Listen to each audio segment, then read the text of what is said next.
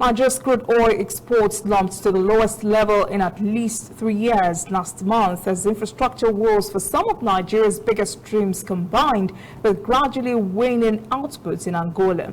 Correspondent Stage Badmos has the details. Key to the drop in Nigeria's oil export is disruptions to major oil export terminals, which forced operators to declare force majeures and shut down the facilities for repairs.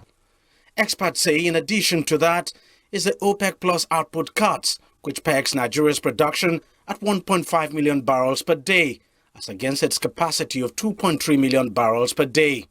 It has affected us very seriously. One, that there was COVID. Two, demand had gone down even before COVID.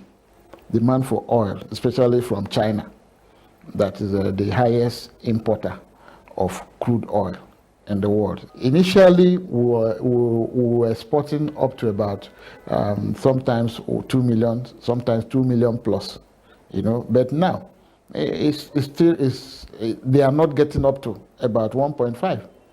With some of the export terminals now coming on stream, Nigerian crude production is forecast to grow to over 1.7 million barrels per day in April and hit around 1.9 million barrels per day in the second half of the year. But with the OPEC Plus cuts in place and demand for oil still depressed, it's unlikely the country will reap much from the hike in production. The government is now looking at cutting the cost of production, which is among the highest in the world, targeting a maximum cost of $10 per barrel. As we all know what's happening around energy transitions and the things that happen globally, the choices that our consumers have, the choices that investors have across the world, there is nowhere in the world where a less cost-efficient operator can survive. So it's not possible anymore.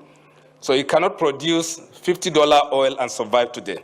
The average total cost per barrel